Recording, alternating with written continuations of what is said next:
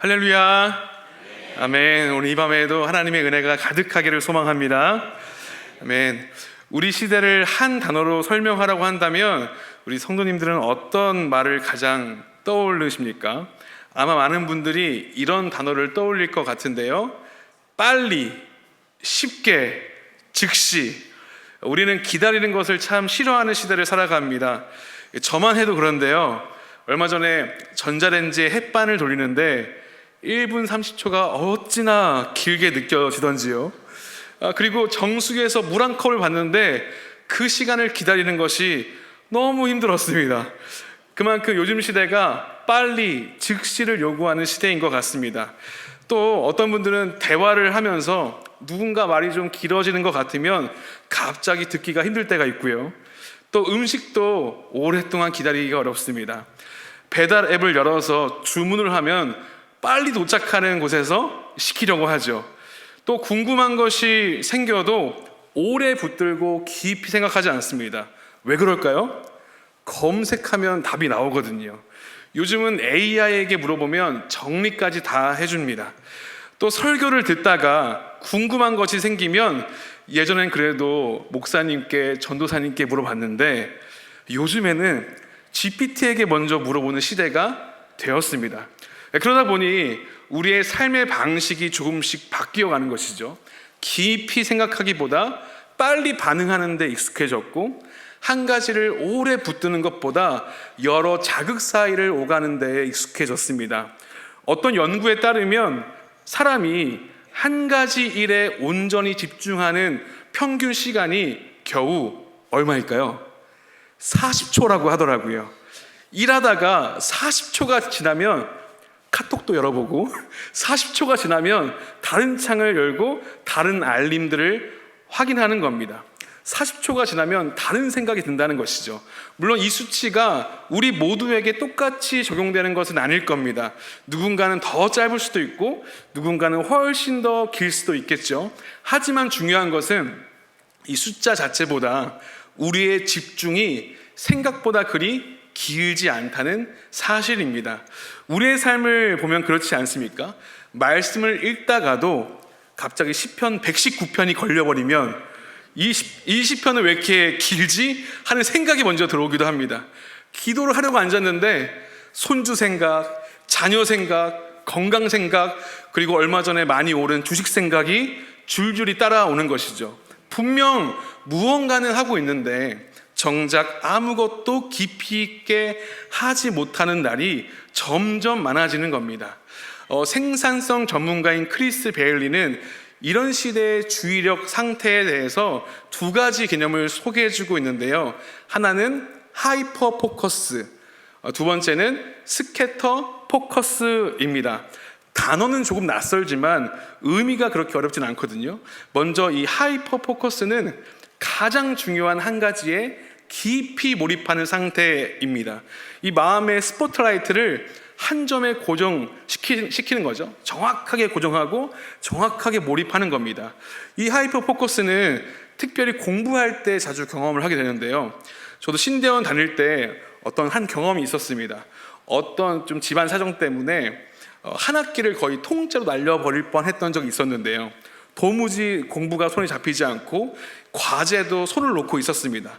그런데 이제 종강이 3주밖에 안 남았는데 이대로라면 나는 F를 받겠구나 라는 생각에 그 3주 동안 도서관 한켠에 자리를 잡고 책을 쌓아두고 노트북을 켜서 3주 동안 그 모든 공부를 끝냈습니다.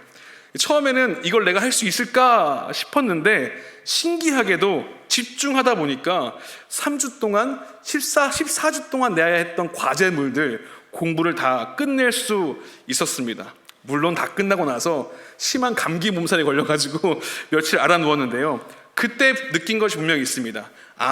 이 마음의 스포트라이트는 이 과제와 시험이라는 한 지점에 정확하게 고정시키니까 시간 가는 줄 모르고 집중하게 되는구나 라는 생각을 했던 것이죠. 이 반면에 이 스캐터 포커스는 얼핏 보면은 아무것도 하지 않는 멍한 상태처럼 보이지만 오히려 외부의 소음을 줄이고 생각과 감정이 자유롭게 연결되도록 두는 여백의 시간이라고 합니다. 그러니까 그냥 방치해 두는 겁니다.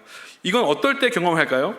도무지 풀 수 없는 문제를 가지고 끙끙대다가 잠시 내려놓고 가만히 멍하니 서 있거나 샤워를 하고 있을 때 갑자기 그 문제가 문득 풀려버리는 겁니다. 내가 집중하고 있을 때는 그 문제가 도무지 풀리지 않더니 그냥 가만히 있으니까, 그냥 놓고 있으니까 갑자기 생각이 정리가 되어버리는 거죠. 전혀 연결되어 있지 않았던 순간들이 하나로 이어지고 갑자기 문득 아이디어가 떠오르는 겁니다. 그러니까 이 하이퍼 포커스, 집중과 그리고 스캐터 포커스, 이 방치는 서로 반대되는 개념이 아닌 것이죠. 서로 돕고 함께 필요한 개념입니다. 왜냐하면 사람은 집중을 통해서 일을 해내지만 이 여백을 통해서 방향을 찾기 때문입니다. 이 집중이라는 것은 앞으로 나아가게 하는 힘일 것이고, 이 여백은 내가 어디로 가야 하는지를 묻게 만듭니다. 그런데 문제는 오늘날 우리는 이 둘 다 잃어가고 있는 상황을 마주하게 되는 것이죠. 깊이 몰입하지도 못하고 조용히 멈추지도 못합니다. 계속 바쁘기는 한데 정작 삶의 방향은 흐려지는 것이죠. 이것은 단순히 주의력의 문제는 아닌 것 같습니다. 조금 더 깊이 들어가면 이것은 결국 정체성과 목적의 문제입니다. 내가 누구인지, 무엇을 위해 살아가는지, 무엇이 내 삶의 스포트라이트를 고정해야 하는지가 흐려졌기 때문에 작은 자극에도 쉽게 흔들리는 것이죠. 우리의 신앙은 어떠합니까? 우리는 하나님 앞에서도 깊은 신뢰와 오래된 순종보다 빠른 답을 원하고 보이는 결과를 원하고 고통스러운 과정보다 쉬운 길을 원하고 있지는 않습니까? 하나님, 꼭 이렇게 가야만 하는 겁니까? 꼭 제게 광야가 필요한 겁니까? 라고 묻고 있는 것이죠. 오늘 우리가 읽은 본문은 하나님의 아들이신 예수님도 그 질문 앞에 서셨다고 말하고 있습니다. 이 마태복음 3장을 보면 예수님께서 세례를 받으실 때 하늘이 열리고 성령이 임하고 하늘로부터 이러한 음성이 들렸다고 말씀합니다. 어떤 음성이요? 이는 내 사랑하는 아들이요 내 기뻐하는 자라. 아멘. 이 장면이 얼마나 영광스럽습니까? 예수님의 사역은 하나님께서 친히 그의 정체성을 선언하시는 것으로부터 시작됩니다. 너는 내 사랑하는 아들이야. 이보다 더 강한 확증이 어디 있겠습니까? 그런데 놀랍게도 그 다음 장면, 우리의 정체성을, 예수님의 정체성을 확증해 주셨는데도 불구하고 그 다음 장면은 환영이나 환대가 아니었습니다. 그리고 축하도 아니었습니다. 곧장 광야였습니다. 본문 1절은 이렇게 우리에게 말해줍니다. 우리 함께 읽겠습니다. 시작. 그때 예수께서 성령에게 이끌리어 마귀에게 시험을 받으러 광야로 가사. 아멘. 이 장면이 참 이상하지 않습니까? 하나님의 사랑하는 아들이라면 평탄한 길이 열릴 것 같고 형통의 문이 열릴 것 같고 영광의 무대가 펼쳐질 것 같은데, 오히려 예수님은 하나님의 아들이야 라는 확증 이후에 곧장 성령에 이끌려서 광야로 가십니다. 그것도 그저 외로운 시간, 홀로 있는 시간을 보내러 가시는 게 아니라 시험을 받으러 가시는 거죠. 이것이 오늘 본문이 우리에게 주는 이 첫 번째 충격입니다. 하나님의 아들이신 예수님도 광야를 지나셨다는 겁니다. 그리고 그 광야에서 예수님이 어떤 하나님의 아들로 서실 것인가를 시험 받았다는 것이죠. 많은 성경학자들은 이 장면이 출애굽 이후에 광야를 지나던 이스라엘을 떠올리게 한다고 말해줍니다. 이스라엘도 출애굽 이후에 광야를 지났죠. 하지만 그들은 배고픔 앞에서, 두려움 앞에서, 그리고 눈앞의 유혹 앞에서 무너졌습니다. 그런데 예수님은 바로 이스라엘이 실패했던 그 실패의 공간으로 들어가십니다. 왜 그럴까요? 예수님은 이스라엘이 실패한 자리에서 다시 참 이스라엘로 서셔야 하기 때문입니다. 이스라엘이 무너졌던 그 자리에서 순종하는 하나님의 아들로 서셔야 하기 때문이었습니다. 우리도 각자의 광야를 지날 때가 있죠. 먹고 사는 문제 앞에서, 또 불안과 조급함 앞에서, 또 빨리 성공하고 싶은 그러한 유혹들 앞에서 하나님의 뜻보다 그 눈앞의 해결을 붙들고 싶을 때가 참 많습니다. 바로 그 자리에서 오늘 예수님의 광야는 우리에게 묻고 있습니다. 너는 지금 무엇에 집중하고 있느냐? 너는 지금 무엇을 붙들고 있느냐? 너는 지금 지름길을 원하느냐? 아니면 순종의 길을 가고 있느냐? 이제 오늘 예수님의 광야 이야기 속으로 함께 들어가 보시기를 소망합니다. 이제 우리는 예수님께서 광야에서 받으신 그 시험이 도대체 무엇이었는지, 그리고 그 시험의 중심에 어떤 갈등이 놓여 있는지를 함께 살펴보려고 합니다. 이 마태복음에서 예수님의 공생애는 하나님의 정체성을 선언해 주시는 것으로 시작되죠. 어떻게요? 아까 말씀드렸듯 이는 내 사랑하는 아들이다. 그런데 바로 그 선언 직후에 마귀의 시험이 시작이 됩니다. 이 마귀의 시험에도 예수님의 정체성을 흔드는 반복되는 특징이 하나 있는데요. 이 마귀의 시험은 항상 이렇게 시작합니다. 어떻게요? 네가 만일 하나님의 아들이거든. 이것이 반복되어서 지금 마귀가 이야기하고 있는 것이죠. 한글로 번역된 이 문장은 이 가정법처럼 보이죠. 마치 거짓일 수도 있다. 어떤 게요? 예수님이 하나님의 아들이 아닐 수도 있다라고 하는 가정법처럼 보이지만 헬라어 원문 이 문맥에서는 이 조건문으로 이해가 됩니다. 어떤 조건문이냐면 사실을 전제하는 조건문. 그래서 이 마귀는 지금 이 시험을 하면서 예수님이 하나님의 아들인지 아닌지를 의심하고 있는 것이 아닙니다. 이 마귀도 지금 예수님께서 하나님의 아들이라는 사실을 전제하고 질문을 하고 있는 것이거든요. 그래서 이 시험의 핵심은 예수님이 하나님의 아들이냐 아니냐의 문제가 아니라 그 아들됨을 어떤 방식으로 살아낼 것인가의 문제로 지금 시험을 하고 있다는 겁니다. 어떤 시험이요? 그 아들됨을 어떤 방식으로 살아낼 것인가. 하나님의 아들이라면 그 하나님 아버지를 끝까지 신뢰하고 순종의 길을 가야 하는 것이죠. 그런데 마귀는 계속해서 그 아들됨을 자기의 만족과 자기의 증명과 자기의 영광을 위해 사용하라고 유혹을 하고 있는 겁니다.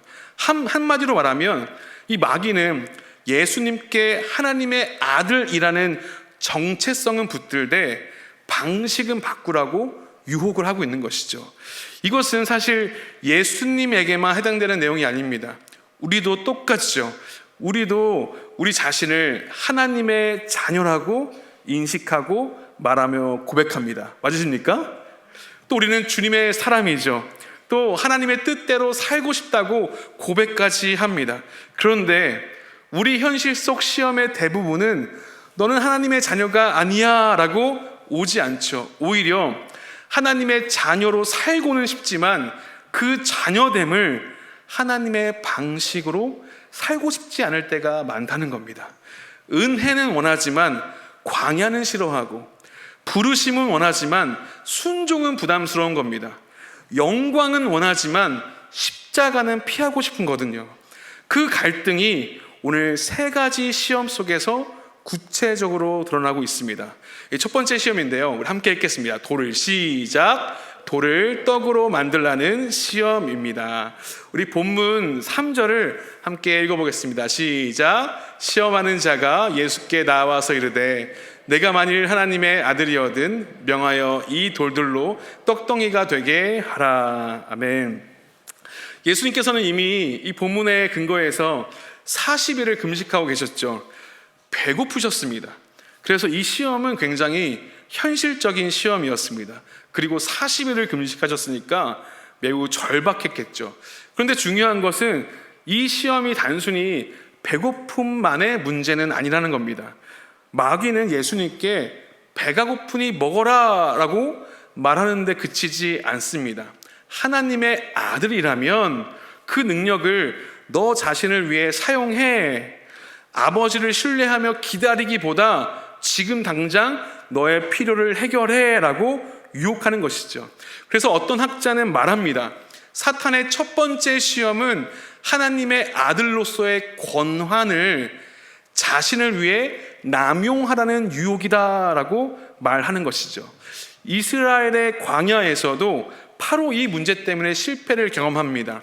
먹는 문제 앞에서 하나님을 신뢰하지 못했던 것이죠. 눈앞의 결핍이 너무나 커 보이니까 하나님의 뜻, 하나님의 말씀보다 자기의 욕구가 더 크게 보였던 겁니다. 그런데 예수님은 다르게 반응하시죠. 바로 본문 4절인데요. 예수께서 대답하여 이르시되 기록되었으니 사람이 떡으로만 살 것이 아니요 하나님의 입으로부터 나오는 모든 말씀으로 살 것이라 하였느니라. 아멘. 떡으로만 살 것 같은 사람이 이 말씀을 읽으니까 조금 부끄럽지만 이 말은 떡이 필요 없다는 말이 아닙니다. 그렇죠? 떡으로만 살 것이 아니요 라고 하는 그 말 자체가 떡이 필요 없다는 뜻이 아니죠. 배고픔이 문제가 아니라는 뜻도 아닙니다. 우리는 먹고 사는 문제라고 하는 실질적인 문제를 가지고 있습니다. 이 말씀의 핵심은 무엇이 더 우선인가 하는 겁니다. 사람은 떡이 필요하죠. 그러나 떡보다 더 근본적인 것이 있다고 말을 하고 있는 겁니다. 그것이 바로 하나님의 말씀입니다. 예수님은 지금 배고픔 앞에서조차 자기 필요보다 하나님의 말씀을 더 앞에 두시는 것이죠. 첫 번째 시험의 핵심이 바로 이것입니다. 말씀보다 개인의 욕구를 앞세우라라고 하는 유혹인 것이죠. 우리도 바로 여기서 흔들릴 때가 참 많지 않습니까? 하나님의 뜻보다 내 불안이 더 크게 느껴지고 말씀보다 당장의 해결이 더 급하게 느껴질 때가 참 많습니다. 그래서 이런 고백을 많이 하죠.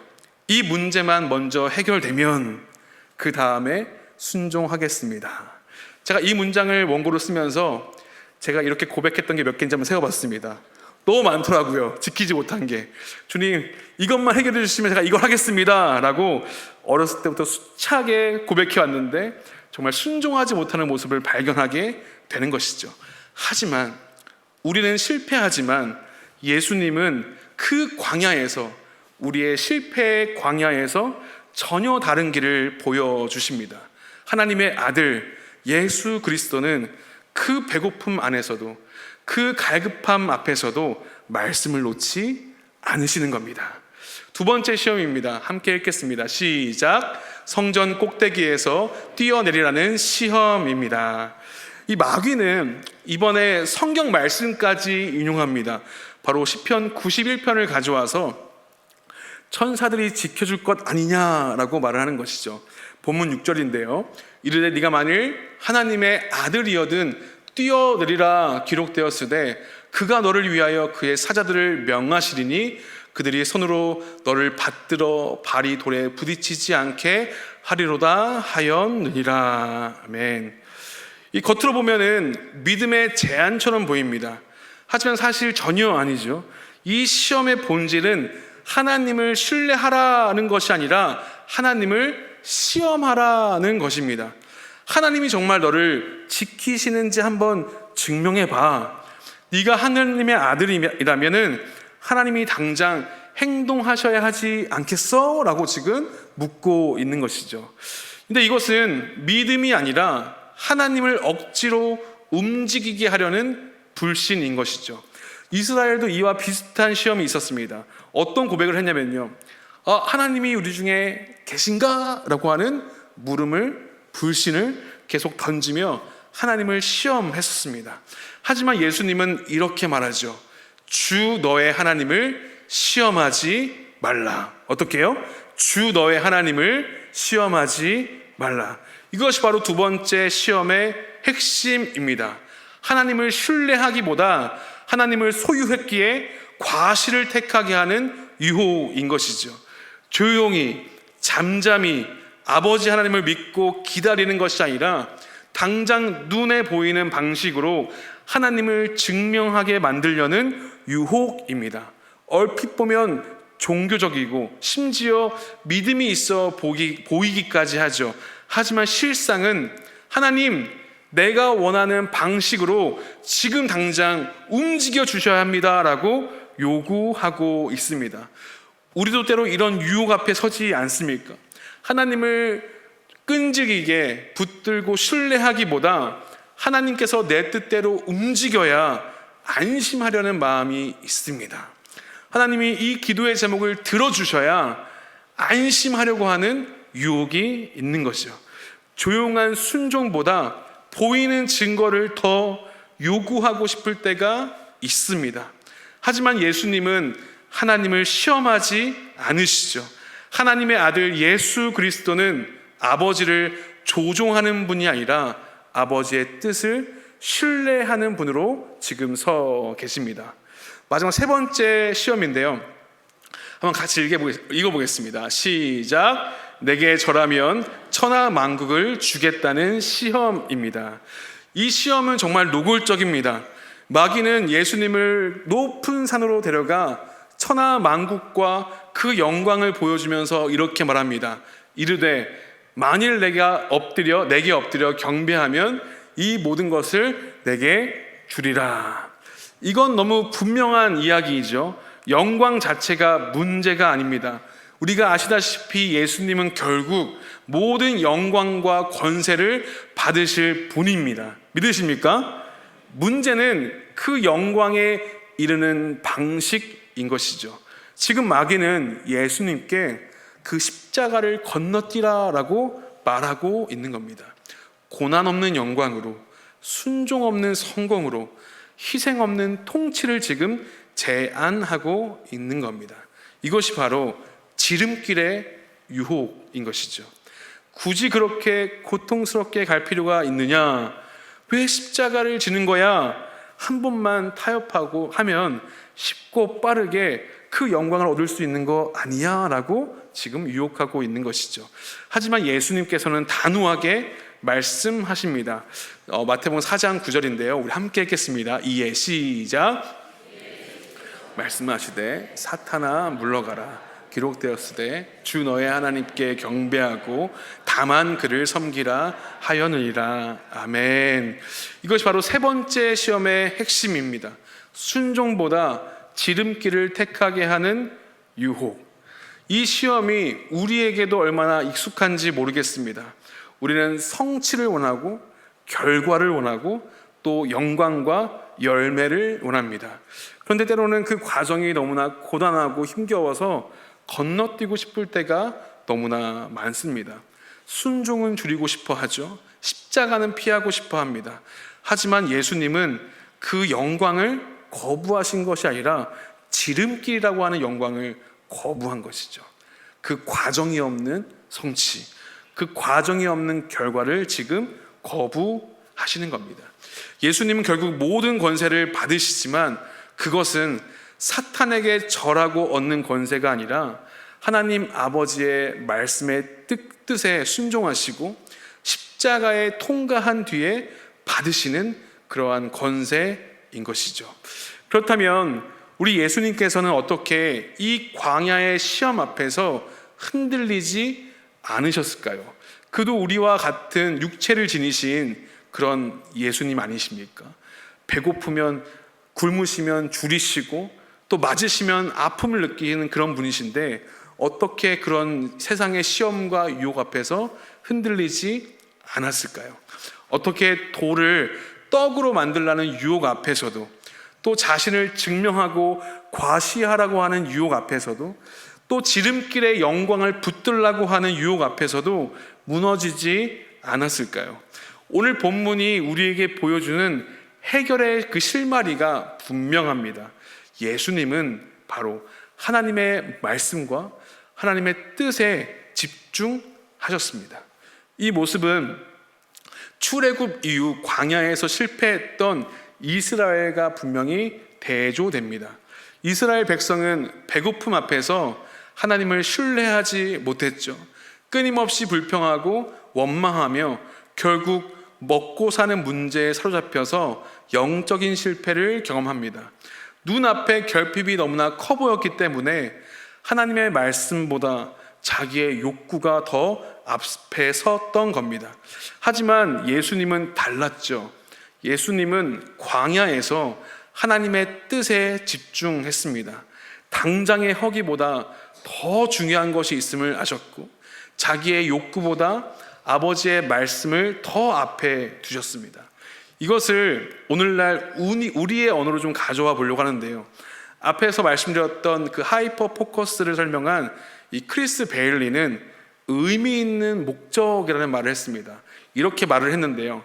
생산성과 매력도를 모두 충족하는 일, 즉 당신의 삶이나 일을 앞으로 나아가게 하면서도 본능적으로 끌리는 일을 나는 목적 있는 일이라고 부른다. 이 말은 단순하게 자기가 좋아하는 일을 하라는 뜻이 아닙니다.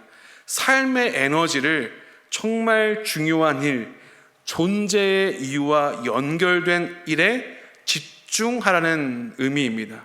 그런 의미에서 예수님께서 가장 분명한 의미의 목적은 바로 하나님의 말씀에 순종하는 삶이었던 것이죠. 예수님은 광야에서 배고픔을 해결하는 일을 먼저 목적 삼지 않으셨습니다. 자신의 삶을 증명하는 일에 자기의 목적을 삼지 않았습니다. 또 빠르게 영광을 취하는 일에 목적을 삼지 않으셨습니다. 예수님께서는 오직 아버지의 뜻을 이루는 것, 그것에 삶의 스포트라이트를 고정하셨습니다. 그래서 예수님의 하이퍼 포커스는 단순한 집중력의 문제가 아닌 것이죠. 그것은 정체성과 사명에 대한 집중이었습니다.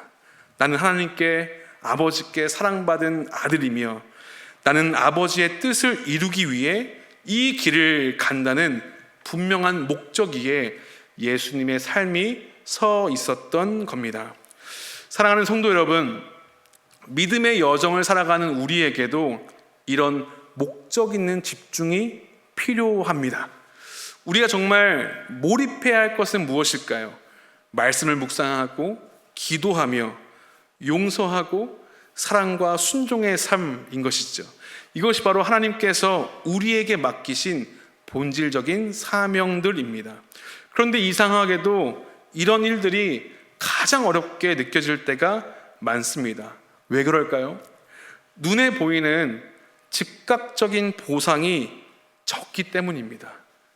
용서와 기도와 말씀과 사랑, 그 순종이 바로바로 보상이 되고 즉각적으로 내 안에 어떤 평안을 주면 좋겠는데, 때로는 그 길이 광야와 같고 더디고 바로 오지 않을 때가 있기에 그것이 가장 어렵게 느껴질 때가 있다는 겁니다. 그리고 그런 본질적인 일에 집중할 때마다 우리를 흐트러뜨리는 것들이 너무 많기 때문이죠. 저는 그것을 두 가지로 좀 정리하려고 하는데요. 첫 번째입니다. 우리 함께 읽어볼까요? 우리는 집중을 방해하는 것들에 마음을 내어줍니다. 아멘. 스마트폰이라든지 카톡, 유튜브, 또 끊임없는 알림들, 그리고 우리를 자꾸만 괴롭히는 관계의 어려움, 흔들리는 감정에 우리의 주의가 자꾸만 흩어집니다. 사탄은 이러한 도구를 통해서 우리의 시선을 가장 중요한 것에서부터 떼어놓으려고 하는 것이죠. 두 번째입니다. 한번 같이 읽어보겠습니다. 시작. 우리는 불필요한 일 속에 스스로를 숨깁니다. 오늘 하루 참 바빴다고 말하지만 정작 중요한 일은 미루어 두는 것들이죠. 의미 있는 목적에 집중하기보다 불필요한 일들로 스스로를 분주하게 만들어 버리는 겁니다. 하지만 우리는 실패했지만 예수님은 우리에게 보여주십니다. 진짜 집중은 당장의 유익에 몰입하는 것이 아니라 하나님께서 주신 사명과 정체성에 몰입하는 것입니다.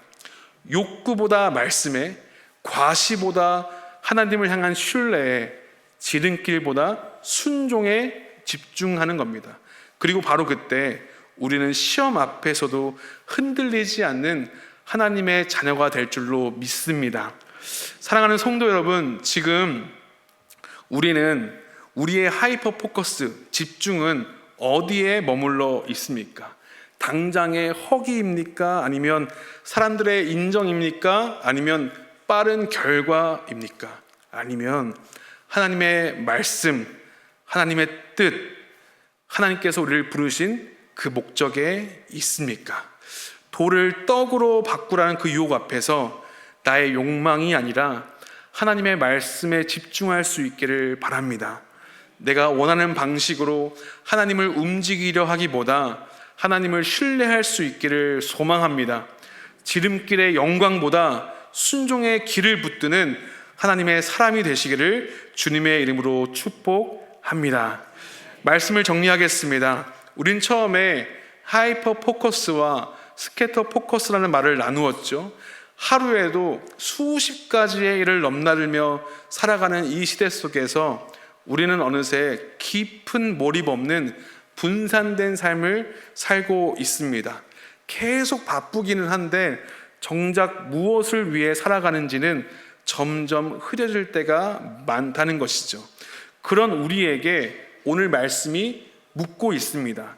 너는 지금 무엇에 몰입하고 있는가? 당장의 허기를 채우는데 몰입하는가? 아니면 하나님의 말씀과 부르심이라고 하는 의미 있는 목적에 내 삶의 스포트라이트를 고정하고 있는가? 저는 이 질문 앞에 오래된 전래 동화 하나가 떠올랐습니다. 바로 토끼와 거북이입니다. 제가 최대한 귀여운 그림을 찾느라고 애썼는데요. 잘 아시다시피 토끼는 빠르죠. 능력도 있습니다. 하지만 자기의 속도만 믿다가 주변을 의식하고 긴장을 놓치고 결국 길에서 멈춰 뭘 하죠? 잠이 들어버립니다. 어쩌면 토끼는 쉽게 분산되고 쉽게 지루해하고 눈앞에 자극에 흔들리는 현대인의 모습과도 참 닮아 있습니다. 속도는 빠른데 방향은 흔들리고 능력은 있는데 목적은 놓쳐버리는 삶입니다. 반면에 거북이는 참 느리죠. 하지만 방향을 잃지 않습니다. 누가 앞서가든 누가 비웃든 자기 길을 포기하지 않습니다. 마치 하나님의 뜻이라고 하는 의미가 있는 목적을 붙든 사람과 같습니다. 빠르지는 않아도 묵묵히 끝까지 자기 길을 걷는 사람입니다. 우리 역시도 너무 자주 그 싸움에 실패합니다. 말씀보다 욕구에 끌리고 신뢰보다는 보이는 증거를 원하고 순종보다는 지름길을 택하고 싶어 합니다. 그런데 바로 그 실패하는 삶 한가운데 하나님은 오늘 말씀을 우리에게 주십니다. 광야의 싸움에서 승리하신 예수님을 오늘 우리에게 주셨다고요. 욕구보다 말씀을, 과시보다 신뢰를, 지름길보다 순종을 택하신 하나님의 아들 예수 그리스도를 오늘 이 밤 바라보시라고 촉구하고 있는 겁니다. 사랑하는 성도 여러분, 결국 우리 인생을 지탱하는 것은 순간의 자극이 아니라 바로 하나님의 부르심인 것이죠. 당장의 편안함이 아니라 주께서 우리에게 주신 사명입니다. 그리고 눈앞의 보상이 아니라 바로 하나님의 말씀입니다. 그래서 저는 오늘 성도님들을 오늘 이 말씀에 초대하고 싶습니다. 주의 말씀과 부르심에 하이퍼 포커스 하십시오. 하나님의 뜻에 성도님의 삶의 스포트라이트를 고정하십시오. 또 조용한 광야와 같은 여백 속에서 하나님이 나를 누구로 부르셨는지, 무엇을 위해 살게 하시는지 그 음성을 듣기를 소망합니다. 그럴 때 우리의 삶은 흔들리는 것 같아도 결코 무너지지 않을 겁니다. 시험 속에서도 정체성을 잃지 않는 하나님의 참된 자녀의 길을 걷게 될 것입니다. 그리고 기억하십시오. 광야는 버려진 자리가 아니죠. 광야는 하나님이 떠난 자리가 아닙니다. 광야는 하나님의 뜻에 다시 집중하게 하시는 은혜의 훈련장입니다. 말씀의 결론인데요, 우리는 각자의 광야를 지나더라도 욕구가 아니라 말씀을, 지름길이 아니라 순종을, 자기의 영광이 아니라 하나님을 택하며 살아가시기를 소망합니다. 다만 주님만을 경배하고 섬기며 그 광야를 은혜의 훈련장으로 살아가시는 저와 모든 성도님 되시기를 주님의 이름으로 축복합니다.